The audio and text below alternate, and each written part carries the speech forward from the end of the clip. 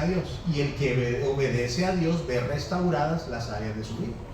Entonces muchas veces los cristianos quizás queremos que Dios restaure un área de nuestra vida, pero lo que debe ser restaurado realmente es el corazón. Y un ejemplo muy sencillo, y con esto cierro, estamos en época de mucha gripe, ¿no? Mucha gente, como lo decimos popularmente, apestada, y la gripa que está dando, pues es una gripa bastante fuerte, es muy fuerte la sintomatología que experimenta la persona. Entonces, claro, uno puede tratar los síntomas. Algunos, no sé, toman Noxpirin, no sé, ¿qué más venden para eso? Noraver, Dolesgripa. Pero aunque uno trate la sintomatología, la verdadera fortaleza o la mejor manera más bien de tratar eso es subiendo el sistema inmunológico. Estamos. Usted le da mucha gripa, sube su sistema inmunológico. ¿De acuerdo?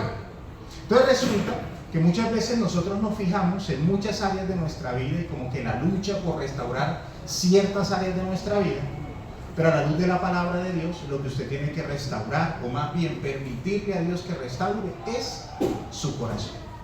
Porque Dios restaura mi corazón, obedezco y el resto se organiza.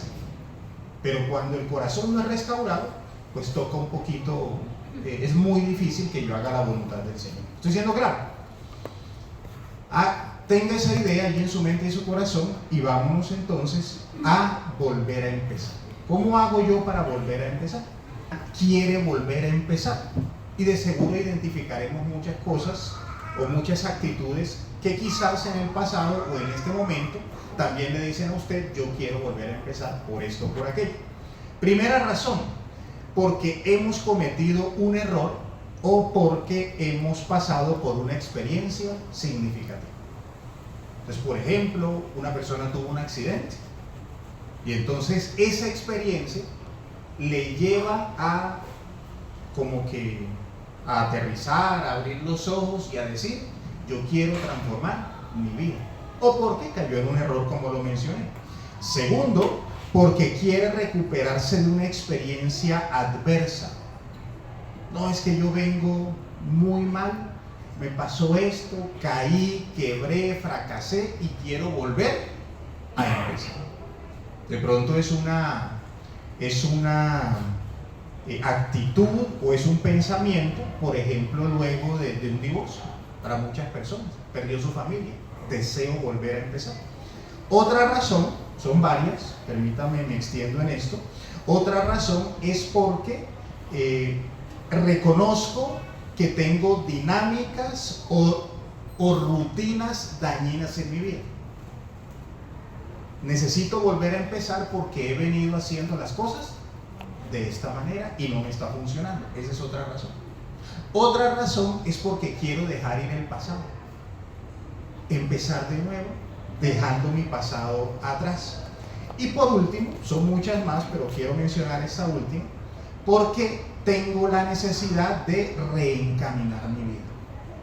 Vengo así como desordenado, como que no me ubico, como que no lo logro, quiero reencaminar mi vida.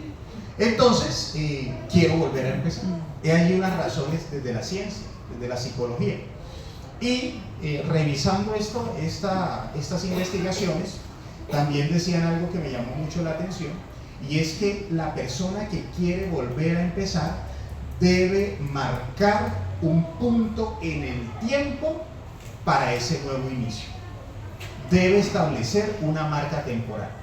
Es decir, si yo quiero volver a empezar, tengo que decir hoy, mañana, el lunes, tragaré toda la Semana Santa y luego de Semana Santa volveré a empezar. ¿Me estoy haciendo entender? Si la persona no establece un punto, un momento en el tiempo, va a ser muy complicado que vuelva a empezar, porque no tendrá un punto de partida. ¿De acuerdo? Muy bien. Le quiero pedir por favor que abra su Biblia. Vamos a mirar varios versículos. Abra su Biblia, así sea en su teléfono celular, pero acompáñenme a la palabra de Dios y dése la oportunidad de leer lo que le voy a pedir que leamos. Y vamos a empezar por Juan. Yo sé que usted lo conoce, se lo sabe de memoria, pero vamos a empezar por ahí. Juan capítulo 10, versículo 10. Juan 10, 10. Dice la palabra del Señor: el ladrón no viene sino para hurtar y matar y destruir.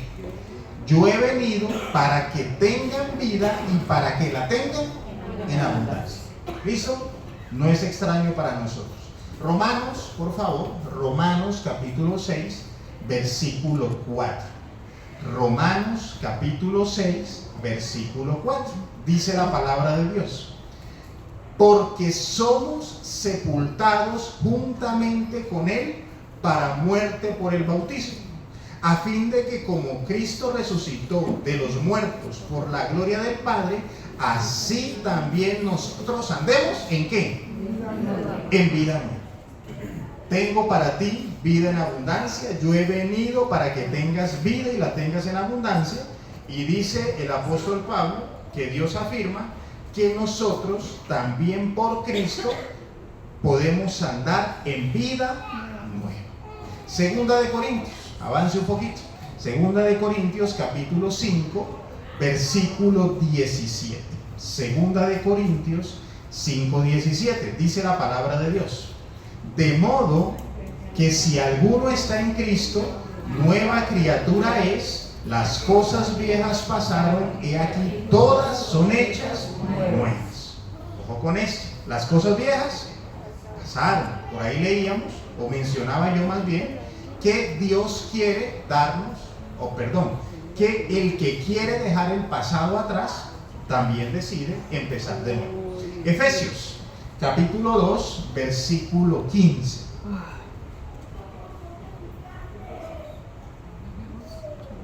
Efesios, capítulo 2, versículo 15, dice la Biblia: aboliendo en su carne las enemistades, la ley de los mandamientos expresados en ordenanzas, para crear en sí mismo de los dos un solo y nuevo hombre, haciendo la paz.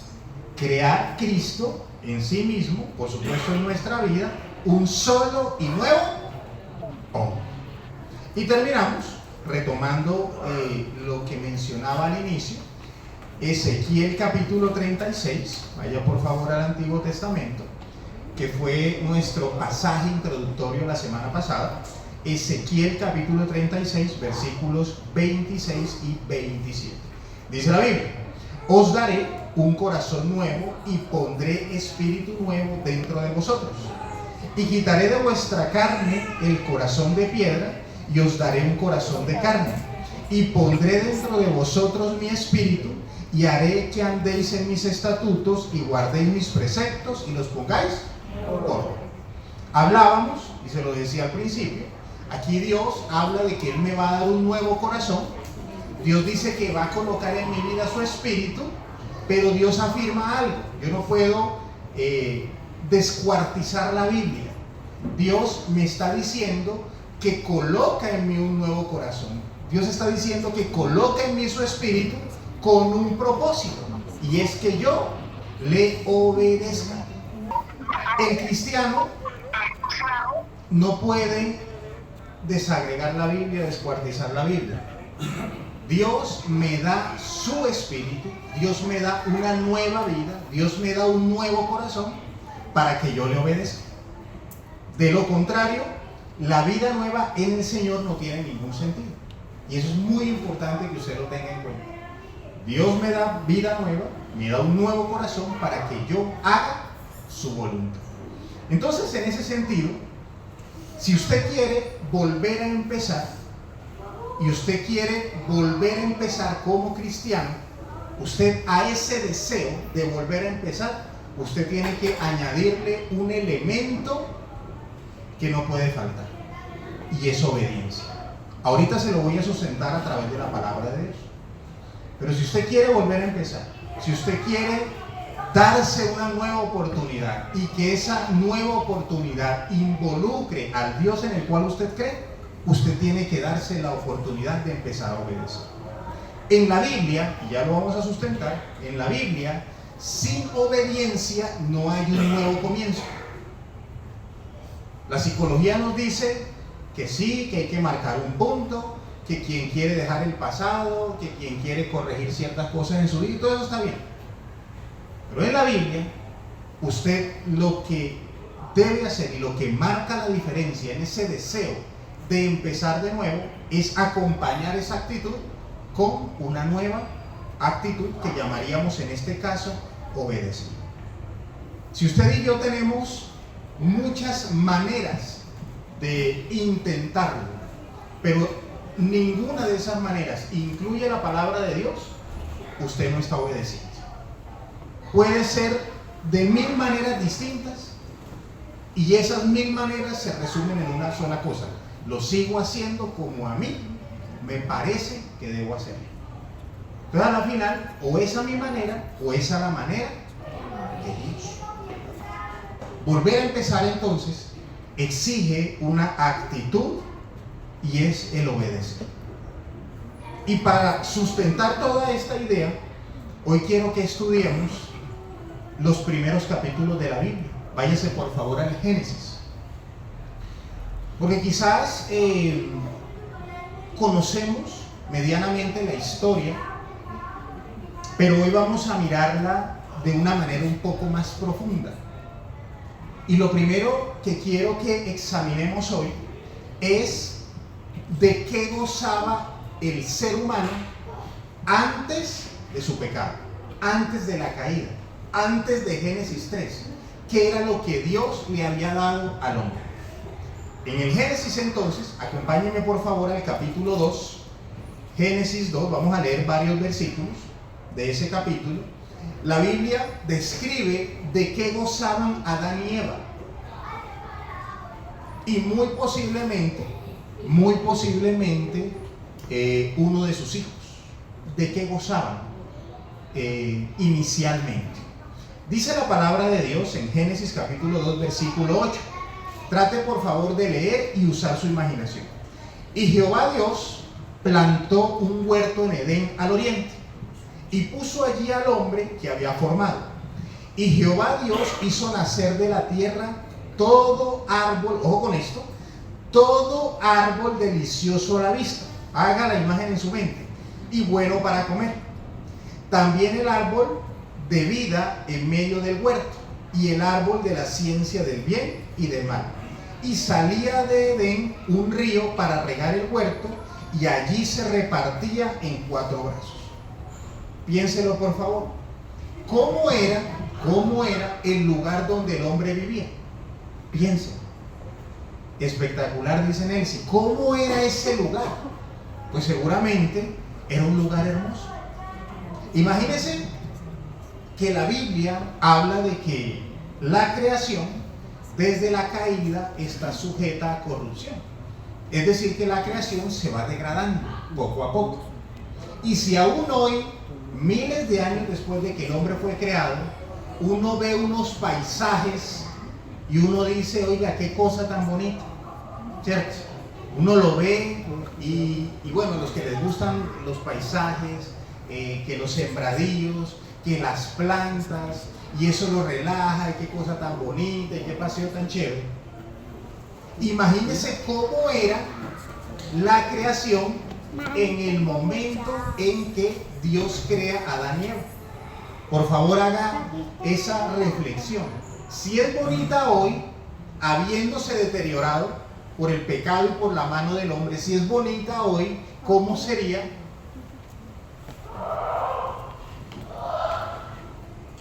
Bueno, ¿me estoy haciendo entender o no? ¿Cómo sería? Pues quiero decirle que de eso gozaba Adán y Eva. El lugar era perfecto, el lugar era fértil, el lugar era bonito, el lugar era agradable. A veces uno se pregunta, ¿será que hacía calor? Así como el calor que hizo hoy en Medellín, o era todo fresquito, Adán y Eva ahí en pelota, sabroso, ni frío, ni calor, rico, ¿o no? Todo perfecto, ¿de acuerdo? ¿De qué más gozaba el hombre? Dice Génesis capítulo 2, versículo 15. Tomó pues Jehová Dios al hombre y le puso en el huerto de Edén, ¿para qué? Para que lo labrara y lo guardase. No solamente estaba ahí, en un lugar muy rico, sino que Dios le dio también al ser humano una tremenda bendición. Y es que le puso oficio. Una vida sin oficio no es vida. Tiene que tener un propósito, una razón, algo en lo que lo lleve a uno a sentir útil. Y Dios le dio eso a Adán y Eva. Le dio un lugar hermoso, pero también le dijo, lábrelo y cuídelo. ¿Qué más le da Dios al hombre? Génesis capítulo 2, versículo 18. Dice la Biblia: y dijo Jehová Dios, no es bueno que el hombre esté solo, le haré ayuda idónea para él. Entonces Dios también le da al hombre su pareja, su familia.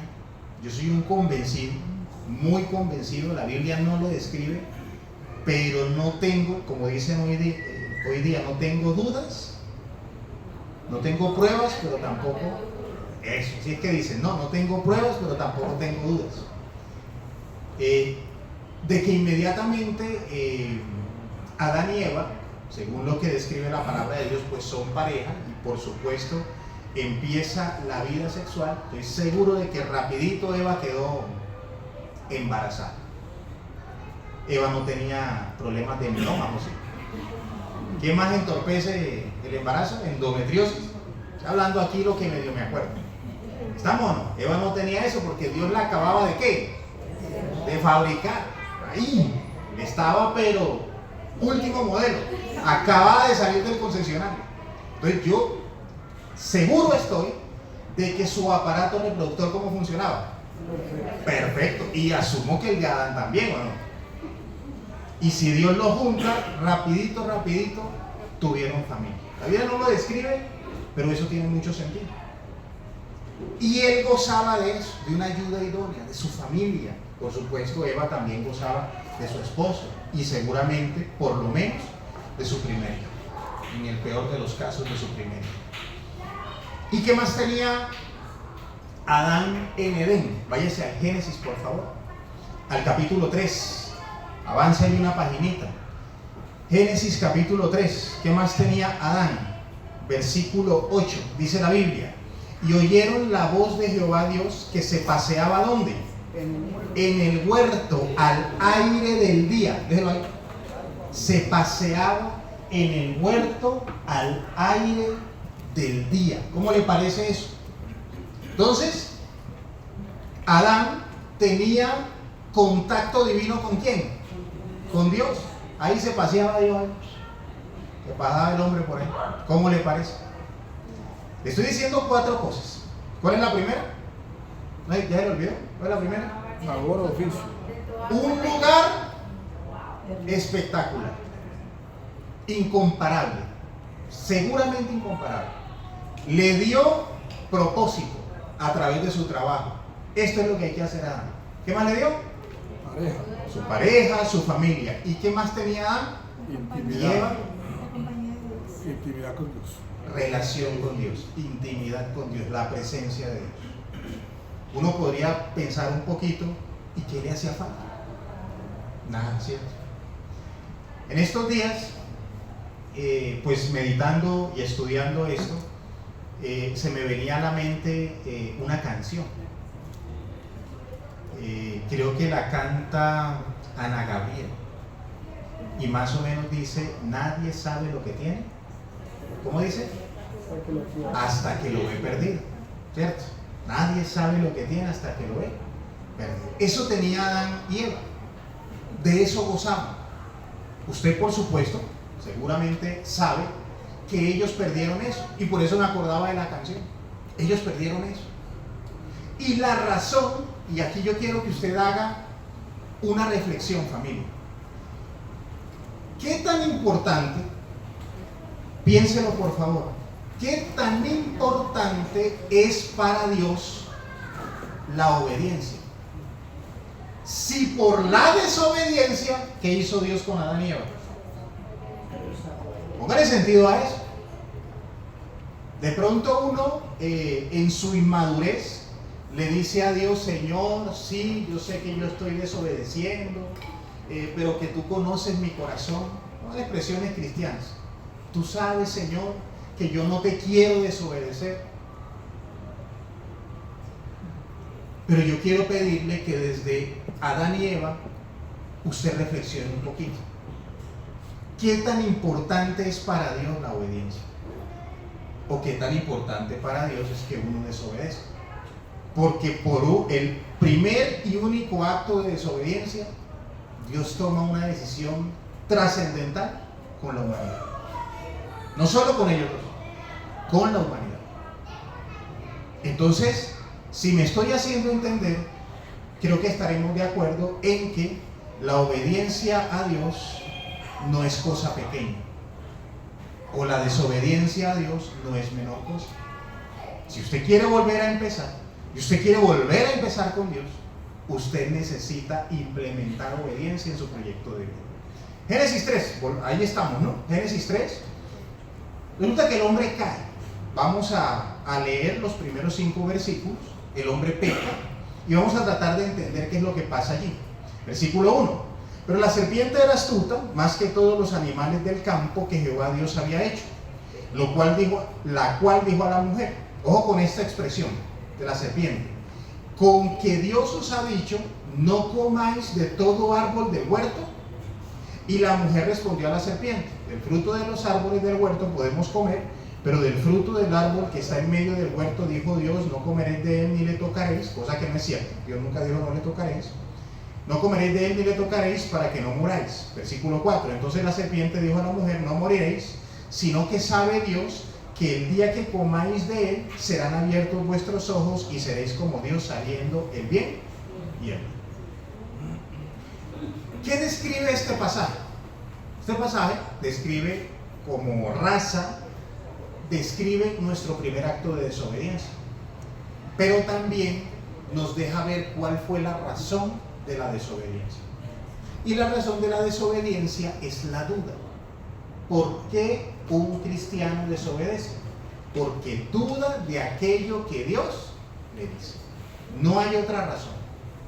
De ahí para allá, esas dudas se pueden catalogar en un sinfín de justificaciones, pero la base fundamental de la razón por la cual yo no hago algo que Dios me dice que haga es porque yo dudo de aquello que Dios dice. Por eso, yo lo que debo hacer es colocarle fe a lo que Dios dice, porque cuando yo no coloco la fe, permito que la duda, cuando yo no confío, permito que la duda me lleve a desobedecer. Entonces, conforme hemos ido hablando, vaya hilando por favor el tema en su corazón. La duda me lleva a la desobediencia, y la desobediencia me lleva, o llevó más bien, porque ya no es nuestra realidad espiritual, llevó al hombre a la muerte espiritual. ¿Ok? Entonces estamos vivos espiritualmente por Cristo. Pero la desobediencia, dice la Biblia, pues que nos lleva a la muerte. ¿Ok?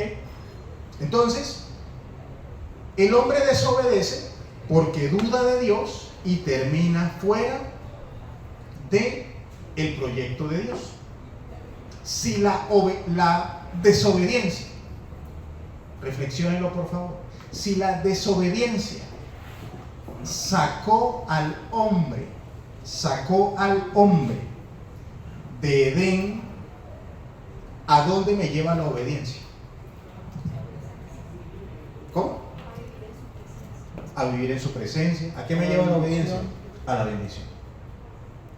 A todo aquello que le fue quitado al hombre. Aquí le voy a explicar algo, no vamos a ir a la Biblia como para ser tan extensos, asumiría yo que usted lo recuerda. En la Biblia se describe, y puntualmente en el Nuevo Testamento, se describe que hay un pecado que no tiene perdón. La blasfemia contra el Espíritu Santo. ¿Cierto que sí? Sí. ¿Y qué es blasfemar contra el Espíritu Santo? Hablar mal del Espíritu Santo. ¿Qué es blasfemar? Trate de dudar de su poder, negar de su existencia, o negar lo que Él hace. Por ahí podría ser. ¿Y qué hace el Espíritu Santo? Jesús lo dice, por ahí en Juan 14. Jesús lo dice. Ok, se lo voy a explicar. La Biblia dice, o afirma el Señor Jesucristo, por ahí en Juan 14, el Señor Jesucristo dice que el Espíritu Santo evidentemente tiene varias funciones, pero hay una muy en particular. Dice que el Espíritu Santo es el que convence de algo. ¿De qué? Justicia. De justicia. ¿De qué más? De verdad. ¿De qué? Verdad. Son tres cosas: justicia, Juicio y verdad. juicio y verdad. Lo que el Espíritu Santo hace es convencer. Ojo con eso. Lo que el Espíritu Santo hace es convencer. Aquí yo estoy, permítame decirlo coloquialmente, aquí yo estoy echando el carretazo, ¿cierto? Yo estoy hablando. Pero el que convence es ¿quién? El Espíritu Santo. No es lo que yo diga, es lo que el Espíritu Santo haga en usted. ¿Me hago entender o no? Yo aquí soy un instrumento, pero que resida un gramo de poder en mí para, gracias a Dios. ¿Ok? El Espíritu Santo es el que convence.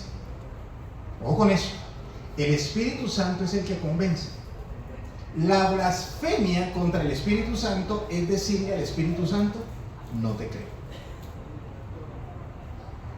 O en otras palabras, decirle al Espíritu Santo, mentiroso. Porque Él es el que convence. ¿Me hago entender? Él es el que convence. Cuando entonces usted recibió a Cristo, ¿quién estaba hablando a su vida? ¿El personaje que le estaba compartiendo las 4 llaves o el Espíritu Santo? El Espíritu Santo. ¿Estamos o no?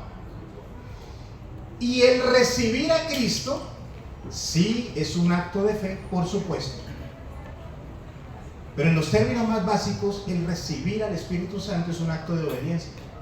A aquel, obedezco a aquel que en ese momento me está convenciendo de que Dios tiene vida abundante para mí, de que el pecado me separa de Dios, de que Cristo es la solución de Dios para el hombre pecador y de que hay que recibirlo como Señor y Salvador personalmente. ¿Sí me estoy haciendo entender?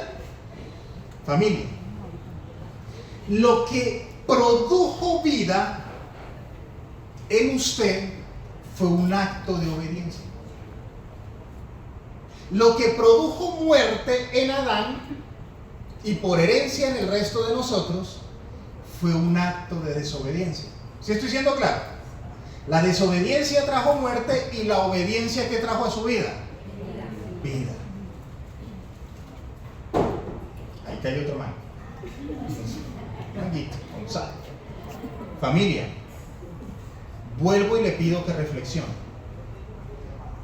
¿Qué tan trascendental es para Dios la obediencia? Si la desobediencia produjo muerte y la obediencia produjo vida, porque Cristo obedeció y nos trajo vida, porque yo obedecí al Espíritu Santo y entró en mí la vida, ¿qué tan importante es la obediencia para Dios? No para usted, para Dios. Si la desobediencia hizo que Adán y Eva salieran con sus maleticas y sus pelados de Edén, ¿qué tan importante es para Dios la desobediencia? Reflexión. ¿Estamos o no? Reflexione. De pronto usted, cuando usted tiene que tomar una decisión, al igual que a mí, porque yo también tengo que tomar decisiones, y yo también tengo áreas donde me es un poco más difícil obedecer.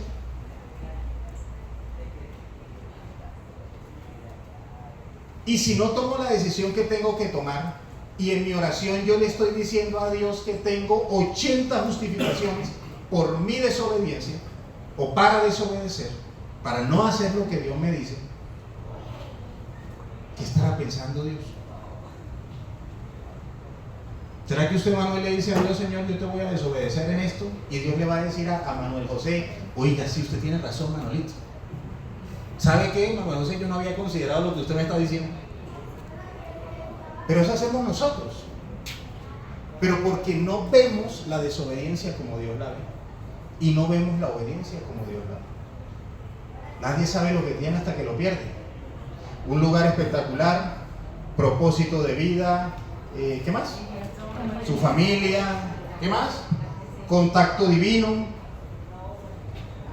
Y de seguro cuando él le tocó luego de Génesis 3, le tocó empezar a trabajar la tierra, ¿será que él vio diferencia o no?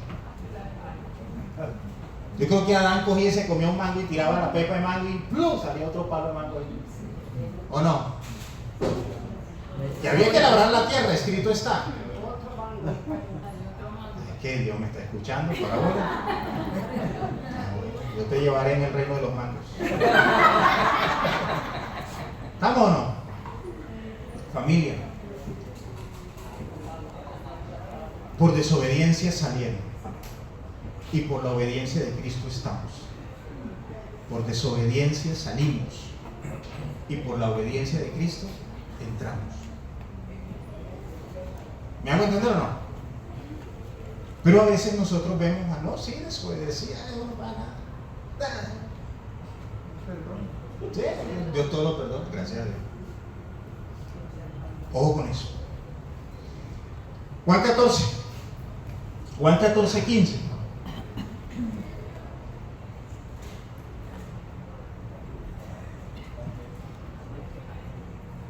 Dice la Biblia. Mire qué tan importante es la obediencia para Dios. Juan 14, 15 dice, vamos a leerlo juntos a la voz de 3. 1, 2 y 3. Si me amáis, guardad mis mandamientos. Juan 15, 10. Juan 15, 10. Dice la Biblia. Juntos, por favor, a la voz de 3. 1, 2 y 3. Si guardáis mis mandamientos, permaneceréis en mi amor, así como yo he guardado los mandamientos de mi Padre y permanezco en su amor. ¿Qué tan importante es para Dios la obediencia? Es tan importante que Dios dice, si usted me obedece, me ama. No, líder, pues que yo voy al distrito y eso allá con la orquesta. No, ahí no dice eso. Ahí dice, si usted me obedece, me ama, y si usted me ama, me obedece. Mire lo que Dios opina de la desobediencia o su contraparte, la desobediencia. Porque Dios la relaciona con él, ¿le amo o no le amo? Entonces nosotros recibimos a Cristo. Por un acto de obediencia de Cristo estamos hoy aquí, y por obedecer al Espíritu Santo recibimos a Cristo en nuestro corazón. Y usando el Génesis, quiero compartirle lo que la obediencia produce. Estudiando la desobediencia, o más bien las consecuencias de la desobediencia, quiero compartirle lo que la obediencia produce, si usted está buscando que algo se restaure en su vida. Génesis capítulo 3. Génesis capítulo 3, versículo 7. Génesis 3, 7. Dice la Biblia. Entonces, ¿ya lo tiene? Entonces fueron abiertos los ojos de ambos y conocieron que estaban desnudos. Entonces cosieron hojas de higuera y se hicieron delantal. Vamos a tratar de ponerle sentido a eso. ¿Por qué se cubrieron? Según lo que dice la Biblia, ¿por qué se cubrieron? Porque se dieron cuenta. Porque sintieron ¿qué? Vergüenza de que estaban ¿qué? Desnudos, ¿cierto? La desnudez es pecado, ¿o no? ¿Sí o no? Otro mango.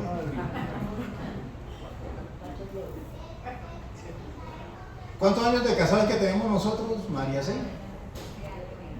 Este año 20. Que aguante, ¿no? El de la líder, ¿no? El de 20 años. ¿A usted le parecería normal o tendría sentido para usted que después de 20 años de casados la líder sintiera vergüenza de empelotarse delante de mí? ¿Cierto que no? Bueno. Adán y Eva fueron diseñados o creados con ropa o en bola. En bola. ¿Cómo se dice en bola en paisa, por cierto? ¿En bola? Pelota. Ay, desnudo. ¿Ah? En peloto, ok. Eva fueron diseñados en pelota. Dios le dice a Adancito, le tengo lo suyo. Vámonos. Y creo yo que Adán hizo lo que tenía que hacer, ¿o no? Ya en serio, se vieron desnudos, de seguro vida sexual. ¿Quién le habrá atendido el parto a Eva? ¿Ah?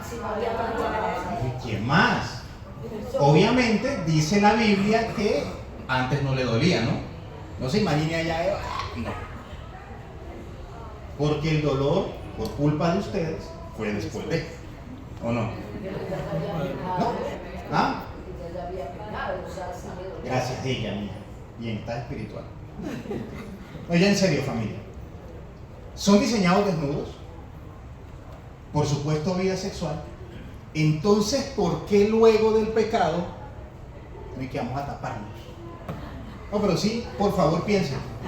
Porque uno lee la Biblia, pero no se detiene a pensar. Ya se conocían en pelota, ya de seguro tenían por lo menos un pelado. ¿Cómo así que ahora es que me voy a tapar? Ay, las estrías del embarazo. Seguramente no.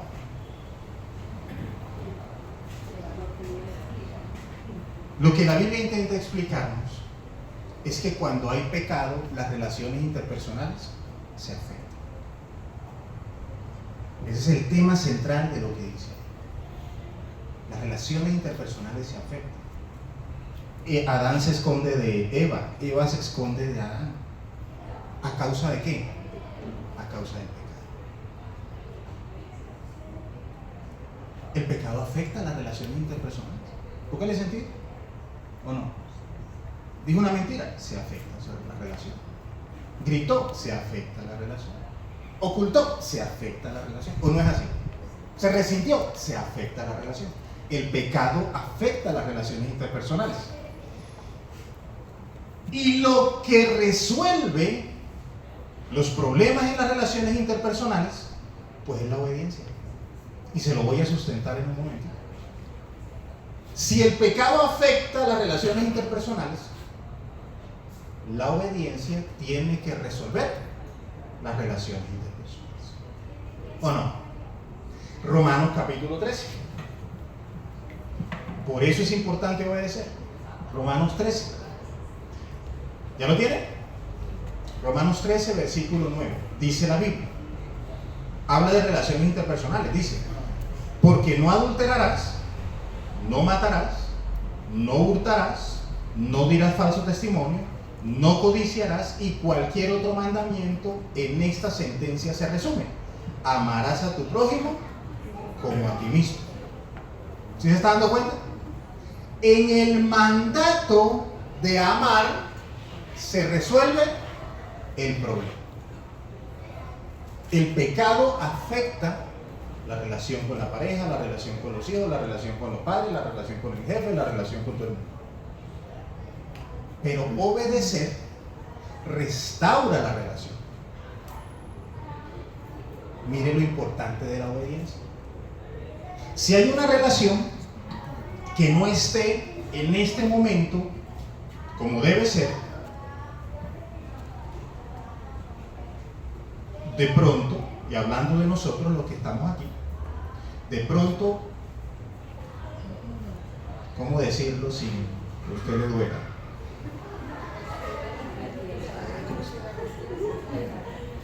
De pronto usted está pecando.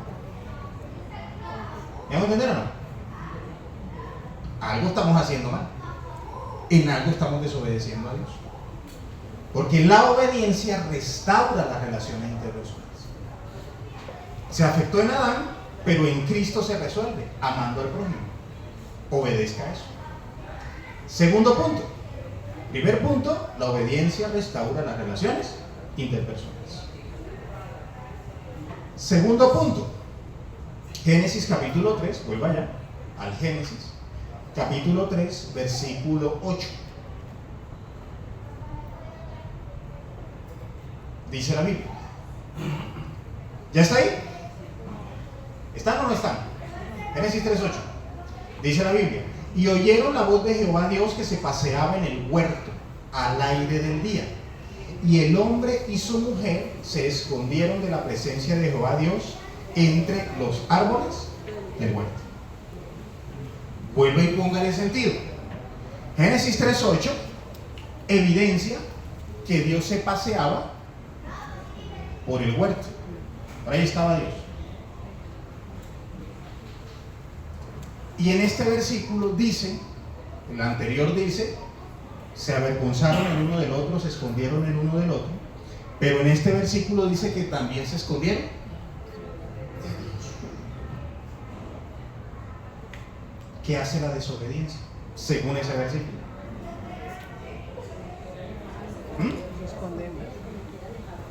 Escondernos, alejarnos de Dios, ¿sí? Todo eso está bien. La desobediencia afecta la relación entre Dios y los hombres, que de varias maneras ya lo había mencionado. Sí, Dios todo lo perdona. Soy un absoluto convencido y garante de eso por mi propia vida. Dios todo lo perdona. Pero la relación con Dios se afecta a causa de la desobediencia. Se afecta. Entonces, ¿cómo está, y hablo de mí, cómo está mi relación con Dios cuando yo desobedezco? Imagínense el concepto en el cual nosotros tenemos la desobediencia. Que yo desobedezco y no pasa nada, ¿no? Yo estoy pero bien con Dios. Le di mis 10 razones al Señor de mi desobediencia y quedamos bien. Estamos full con el Señor. Qué engaño tan tremendo, ¿no? La obediencia afecta la relación, la desobediencia afecta la relación con Dios. La obediencia me da la oportunidad de acercarme a Dios con libertad. Escríbalo para que luego lo estudie. La obediencia me da la oportunidad de acercarme a Dios con total libertad. Y aquí viene uno de mis versículos. ¿Qué pasó? ¿Será que descargó? La obediencia me da la oportunidad de acercarme a Dios. ¿Cómo? La libertad, qué rico. Dicen por ahí, el que nada debe, sabroso de mi Señor. Pero también es bíblico que siempre vamos a pecar, siempre vamos a caer en algo. Hebreos capítulo 4, uno de mis versículos base de mi oración. Hebreos 4:16, dice la Biblia: acerquémonos pues confiadamente al trono de la gracia para alcanzar misericordia y hallar gracia para el oportuno socorro. La obediencia me da seguridad para acercarme a Dios. Pero usted y yo todos los días vamos a pecar. Agárrese de ese versículo y obedezca a ese. Porque ese versículo es para el que ha pecado. Ese versículo es para el que la ha embarrado. No solo para el que necesita ayuda. Porque ese versículo dice que en el trono de la gracia, entiende uno, está sentado el Dios de gracia, y ante él yo alcanzo ¿qué? Misericordia. Así haya pecado, acérquese con confianza al trono de la gracia y él lo va a restaurar. Pero en esencia, cuando usted y yo estamos haciendo las cosas bien, oramos con más seguridad, llegamos a Dios con más tranquilidad, porque nos sentimos seguros, limpios, tranquilos para acercarnos al Señor. ¿Me estoy haciendo entender o no? La obediencia mejora sus relaciones interpersonales. Que no, que el chicharrón en la casa, que sí, que no, que mi marido, que mi esposa, que los de hay algo están desobedeciendo. Y se lo sustenta. Y segundo, me da la oportunidad de acercarme a Dios con libertad. Tercero, Génesis 3. Nos vamos allá al Génesis. Y esta parte, yo le ruego, le suplico, practique. Las otras dos también. Pero esta es muy importante. Génesis 3, versículos 11 y 12, dice la Biblia: Y Dios le dijo: ¿quién te enseñó que estabas desnudo? ¿Has comido del árbol del que yo te mandé no comieses? Y el buen hombre respondió: la mujer que me diste por compañera me dio del árbol y yo comí. Ojo con eso. Eva, dudando de Dios, toma el fruto del bien y del mal. No recuerdo quién come primero, pero supongamos que ella lo come y le da a su esposo. Creo que así dice la Biblia, ¿cierto? Cuando Dios aparece, si fue Eva la primera que desobedeció, ¿por qué Dios le pregunta al varón? ¿Cómo, mijita? No te escucho. Porque él es la cabeza. Eso, porque él tiene la autoridad. Vieja loca, quédese quieta. ¿Ya? Escupa eso. Ya, listo. Y estuviéramos en el paraíso sabroso. ¿Estamos o no? ¿Ah? ¿Otra Eva? No, mija, porque ¿qué tal uno diciendo, Señor, dame otra esposa? La líder me crucifica. Me oye esa oración santanderiana. ¡Ting! ¿Y qué hace Adán enseguida? La mujer que me dice. Le pregunta al varón porque el varón tiene la responsabilidad. Y él se justifica y culpa a él. ¿Qué nos enseña este versículo? Que la desobediencia es no hacerse responsable de sus propios actos. ¿Ok? Y la obediencia es la muestra de que el cristiano se está haciendo responsable de su propia vida. Y un ejemplo muy sencillo, familia, es un bendito tratamiento médico. Esos pacientes que hay que estar, tómese la pastilla, ahí atrás. Porque no se hacen ¿qué? Responsables. ¿Ok? Ser obediente es ser responsable de nuestra vida. Obviamente delante del Señor. Que no se puede comer eso. ¿Y qué hizo? Se lo tragó. ¿Está siendo responsable? Vea que eso le hace daño. Que no coma dulce, que no coma salado, que no. ¿Esa persona es responsable? El desobediente no es responsable. No sé si sea su caso, todo el cariño, pero usted no está siendo responsable de su vida. El obediente se hace responsable. Doctora, de pronto hay una estadística de eso. Doctora Tati, ¿cuántos malos pacientes? Pero en su experiencia, ahorita que lo piense aquí la doctora Ana, en su experiencia, ¿qué es mayoría? ¿Los malos o los buenos pacientes?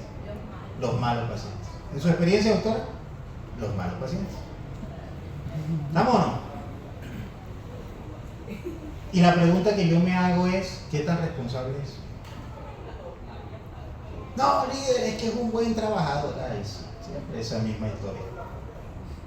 ¿Qué tan responsable es con su vida? ¿O qué tan responsable es con sus decisiones? El desobediente es responsable, es irresponsable delante de Dios con su propia vida. Porque la desobediencia no genera lo mejor para nosotros.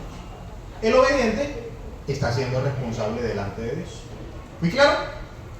Por último. ¿Sí es el último? Sí.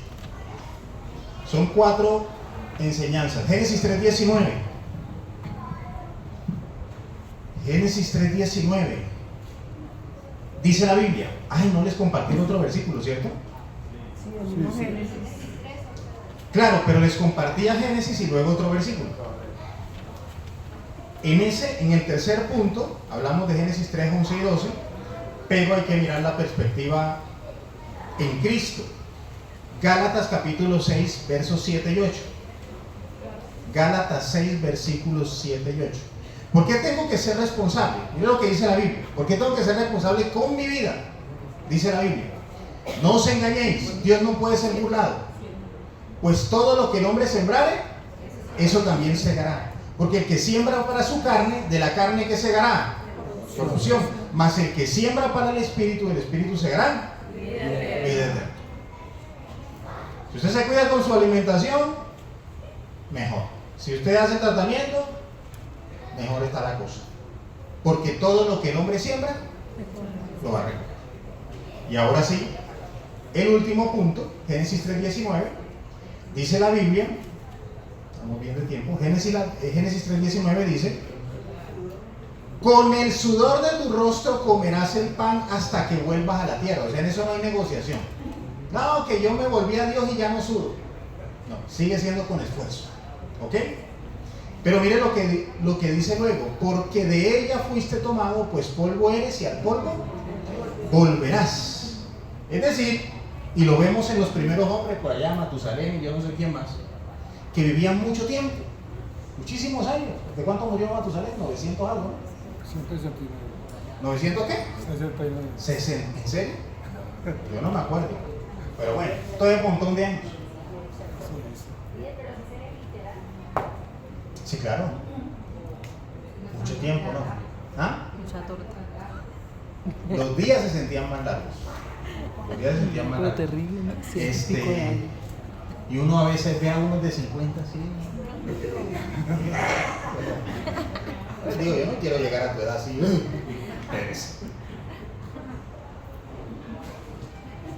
La Biblia dice, bueno, que Dios nos ayude, ¿no? Así uno nunca sabe. La Biblia dice en Génesis 3:19 que la vida no la vamos a ganar con esfuerzo. Para esta generación que se la quieren ganar suave, la Biblia dice que hay que esforzarse. ¿De acuerdo? Dice que nos vamos a morir, porque polvo eres y al polvo volverás. Y en eso no va a haber cambio. Usted puede ser obediente y tiene que trabajar duro y se va a morir, y yo voy a ir a ir a su sepelio. Yo voy. Dios lo bendiga. No, domingo también. Sí, los domingos dan sancocho. Yo voy. Y entonces, si no va a haber cambio, porque sigo trabajando y debo seguir trabajando con esfuerzo. Y si no va a haber cambio, porque aunque yo reciba a Cristo con Cristo y todo, mi cuerpo igual se va a morir, ¿qué me genera la obediencia? ¿Ah? No. ¿Sabe qué me genera la obediencia? Calidad de vida. Todos vamos a morir, pero no todos vamos a vivir igual. ¿De qué lado quiere estar usted? ¿Estamos? Pero si usted desobedece a Dios, no veo muy factible que vivamos la vida en abundancia que el Señor tiene para nosotros. ¿De acuerdo? ¿Cuál es el primer punto? La obediencia me da la oportunidad de ¿qué? Ese es el segundo. Segundo, de restaurar mis relaciones interpersonales. Líder, que yo quiero que mi familia se restaure. Haga el favor y obedezca. ¿Ok? Sin obediencia no hay restauración. Líder, pero yo llevo orando 20 años en la cruzada, líder. Hay que obedecer. ¿O no? Se amaneció, usted se despertó, hizo su devocional y cuando salió del cuarto su familia restaurada. Le tengo una noticia. Siéntese, háganme el favor de esperar. Porque la restauración se da por la obediencia. Segundo punto, ahora sí, don Manuel. ¿Me puedo acercar a Dios cómo? Con libertad. Y si pequé, obedezco a Hebreos 4:16 que me dice que me acerque confiadamente, porque Él es misericordioso. Tercero, Eso, la obediencia no me enseña, me da la oportunidad de ser responsable de mi propia vida. ¿Ok? Y cuarto y último, para que oremos, la obediencia me da la oportunidad de mejorar mi calidad de vida. Una de las cosas que me encantan de Dios es que su palabra dice que cada mañana su misericordia es nueva. Al principio le decía que hay que poner un punto para empezar de nuevo. Y yo quiero invitarle a que ese empezar de nuevo sea hoy. En esa área de su vida donde usted necesita ver restauración, ese empezar de nuevo sea en este preciso momento, en esta oración. ¿De acuerdo?